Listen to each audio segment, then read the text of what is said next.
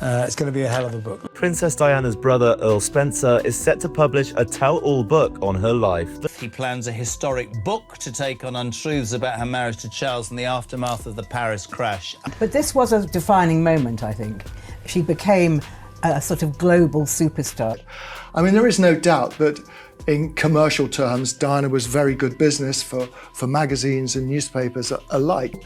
And he also made the point that we, your blood family, will look after you. In other words, the Spencers will take care of William and Harry. Seems like birds of a feather flap together when it comes to Earl Spencer and his nephew, Prince Harry, as both of them are very much willing to exploit the memory of Princess Diana for their own financial gain. Charles Spencer, Diana's brother, says opinions of his sister have been shaped by untruths that became accepted over time, and he is publishing his own account to tell her story from a brother's perspective.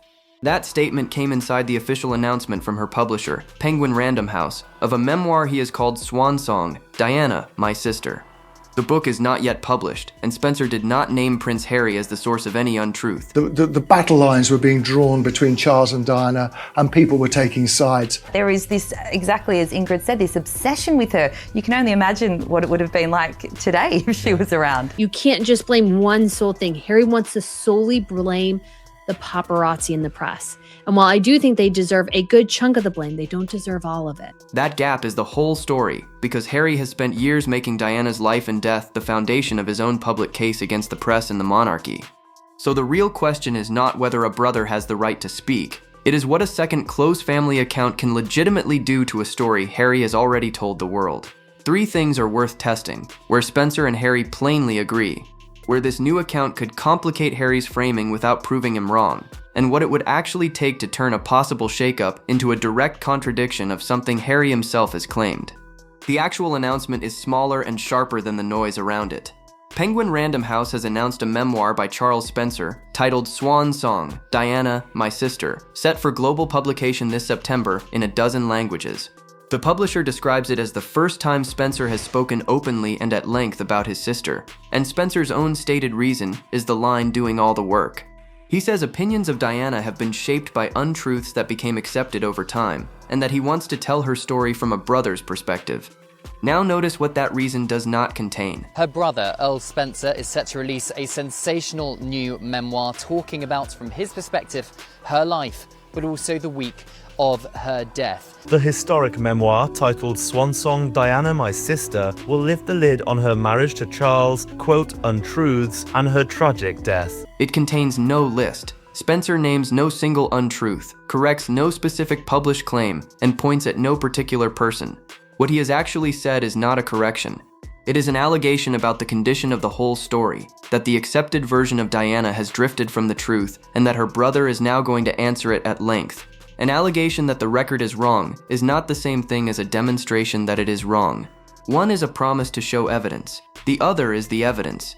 That distance is what everything here turns on. A member of Diana's immediate family is publicly declaring that the history already in circulation is unreliable and that deserves to be taken seriously. But it arrives with a boundary that holds until the publication date. The pages are still blank to everyone outside the publishing house. No one reading the announcement can yet tell you what Spencer corrects or who he thinks got it wrong, because he has not said. So if Spencer did not name Harry, why does any of this land on Harry in particular? It would have shocked the royal family. He made the point that Diana didn't need a title to fulfill her role, a royal title. In his statement, he talks about the eulogy he gave in Westminster Abbey during her funeral in September 1997. The eulogy where he talks directly to his nephews, Princes William and Harry, about the blood family, the Spencer family, that will protect them from the public gaze and from the stiff institutions of the palace life. Because of everyone who has built a public account on Diana's story, Harry has built the most. He did not simply grieve his mother away from the cameras. He made her treatment and her death the load-bearing wall of a very public argument about the press, the family, and the crown. And when a single story is holding up an argument that large, any new authority on that story puts weight on the argument, whether or not it ever names the man who made it. The answer sits in Harry's own public words. Speaking to CBS, Harry said the British press played a part in his mother's misery, using the phrase "our mother's misery" to bind the newspapers directly to Diana's suffering. He did not offer that as a private feeling. He offered it as an explanation, a causal account in which the press is part of the cause and Diana is the human evidence.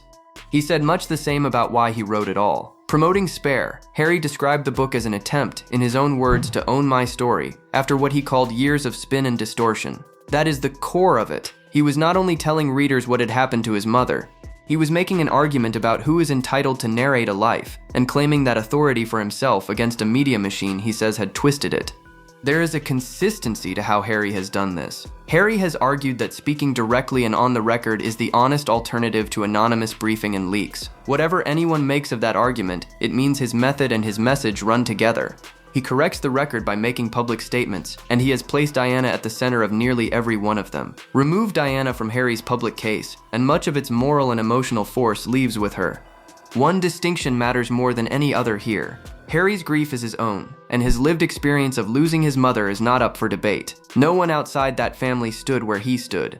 But the moment Diana's life is used to support claims about the press, the household, and the crown, the story stops being only his. It becomes shared history, and shared history can be examined by other people who are also close to it. One limit on all of this cuts both ways. Harry's words prove what he said and what he believes. They do not, on their own, prove every link in the chain, that one report caused one specific harm, or that a named person acted from a named motive. Those larger claims rest on Diana's story being settled. Spencer has just announced that he does not think it is.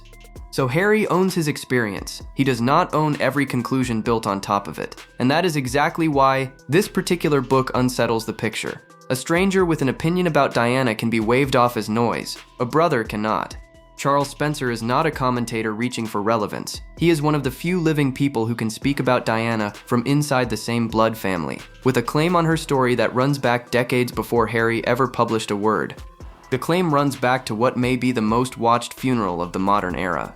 At Diana's funeral, in 1997, Charles Spencer stood up and did something almost no one in that family has ever done from a public platform. He condemned the press directly, calling his sister the most hunted person of the modern age, and he placed the blame for her pursuit exactly where he believed it belonged. This was not a private grievance aired years later. It was a public position taken in front of the world at the rawest possible moment. He went further than criticism. In that same address, Spencer publicly pledged that Diana's blood family would help protect her sons, that William and Harry would not be handed over entirely to the institution and the machinery around them. Set that beside the book being announced now, and the shape of it is plain. Spencer's argument about the press and about guarding Diana's memory is not a response to Spare. It is nearly 3 decades older than Spare. When he speaks now about untruths that hardened over time, he is speaking as someone who went on the record against those forces while Harry was still a grieving child. That matters, and it also has a limit. A speech proves what was said, not everything that flowed from it. Spencer's pledge tells us what he declared in 1997. It does not on its own prove how that protection played out, what the relationships later became, or what anyone privately intended in the years that followed. Both things are true at once. He carries real standing, and that standing has limits. The value of the address is not that it settles the later history. It is that it establishes Spencer, long before this book, as a family voice with a formed and public view of who harmed Diana. So there are now 2 close family witnesses, and they differ in a specific way. Spencer knew Diana as her brother, from childhood, from before the fame arrived and after it consumed her. Harry knew her as her son, and lived the aftermath of her death as a boy trapped inside it. Neither vantage point is complete. A brother sees a sister the son never could. A son carries a loss the brother did not. This is competing proximity, not a good witness set against a bad one, and that distinction will matter far more than the drama around it suggests. Which raises the question the headlines skip straight past. What happens if these 2 witnesses, from their different corners of the same family, have actually reached the same conclusion? One possibility undercuts the whole feud narrative before it starts. On the central charge, the press and its treatment of Diana, Spencer, and Harry may not be opponents at all. Spencer condemned the hunting of his sister in 1997. Harry has spent years condemning the press's part in her misery, and its treatment of his own family since. Line those up and they point in the same direction.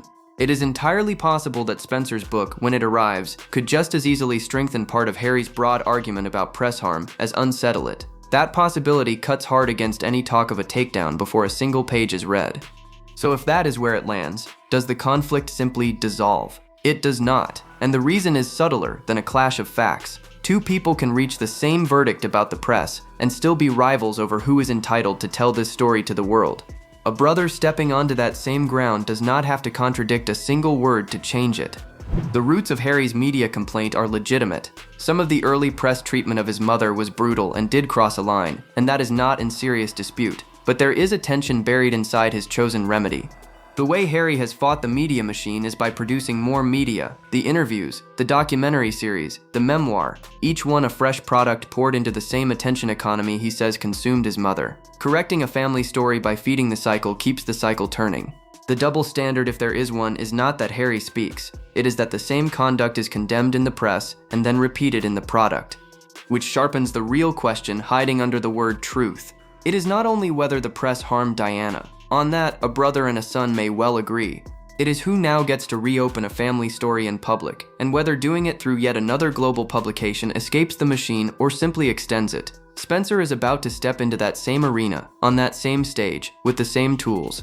So the disagreements that could actually matter are not about whether the press was cruel. They live somewhere more specific, in memory, in chronology, and in cause. And that is exactly the ground where a genuine difference would have to show itself. So what kind of difference could actually move Harry's story? Not every disagreement carries the same weight, and the word truth hides at least three very different things inside it. There is personal memory, there is historical claim, and there is causal interpretation. Collapse them into one and the result is the noise around this book. Keep them apart and what is genuinely at stake comes into view. Personal memory is the softest of the three. Two people who loved the same woman can remember the same afternoon differently, and neither one is lying. A brother's memory of Diana and a son's memory of the same mother can diverge honestly, shaped by age, by distance, and by the particular grief each of them carries. If Spencer simply recalls something differently than Harry does, that is not a contradiction of Harry. It is the ordinary texture of a family, and it settles nothing about who is right. Historical claim is firmer. When either man states that a specific thing happened, on a specific day, in a specific way, that is no longer only memory. It is a claim about the record, and a claim about the record can be checked against other evidence.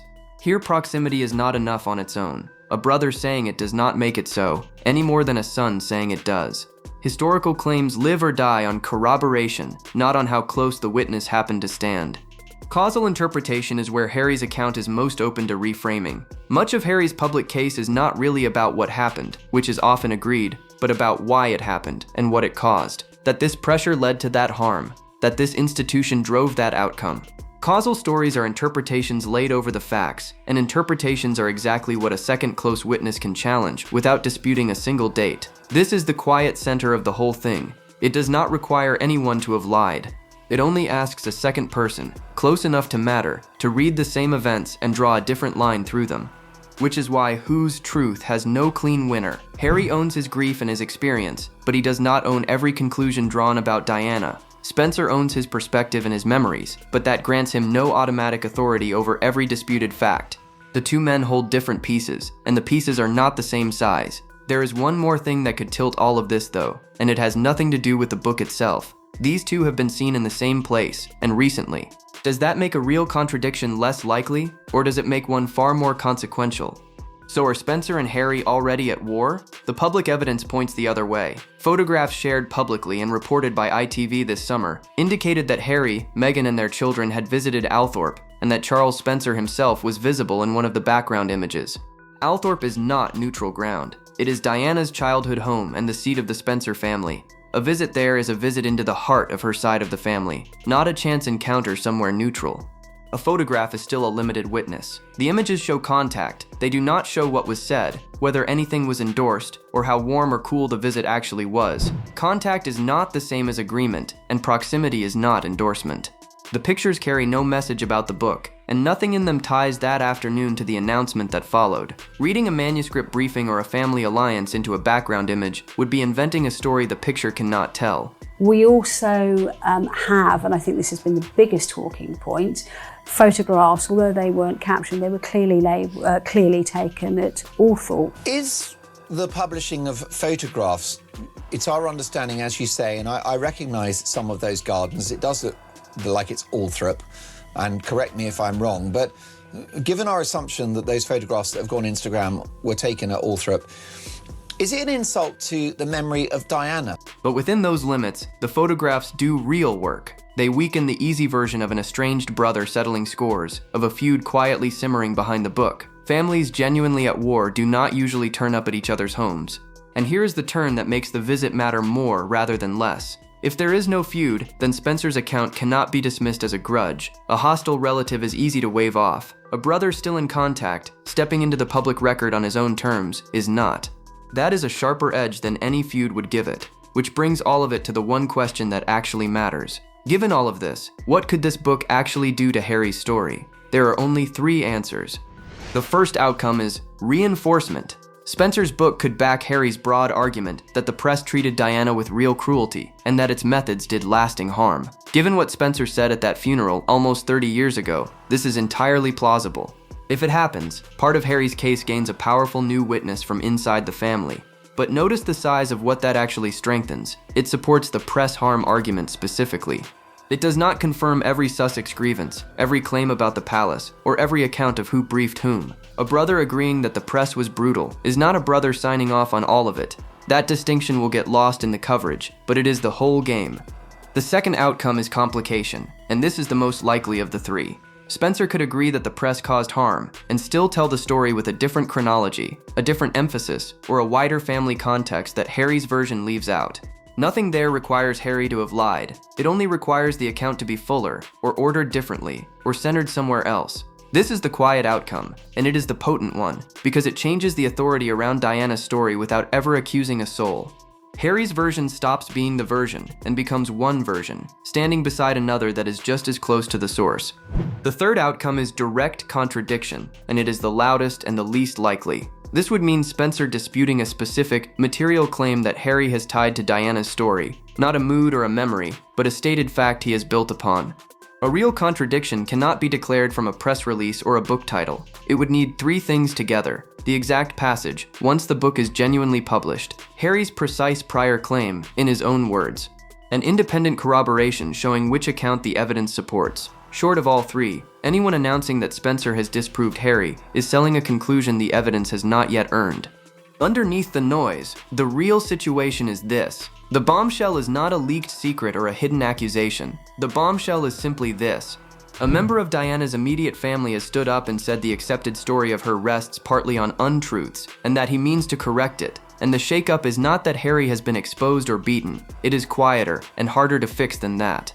For years, Harry's has been the defining modern account of Diana from someone who shared her blood. That monopoly is ending. He no longer controls which close family version of his mother reaches the world next, and he cannot answer a book that has not yet been published.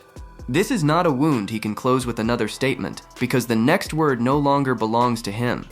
That is the real shift. Not a takedown, but the return of a second voice. Diana's story is becoming a conversation between 2 people who loved her, instead of a statement from one. And if you want to see why getting back through a family door is not the same as controlling the royal story, watch The Palace Gave Harry a Meeting, not a victory.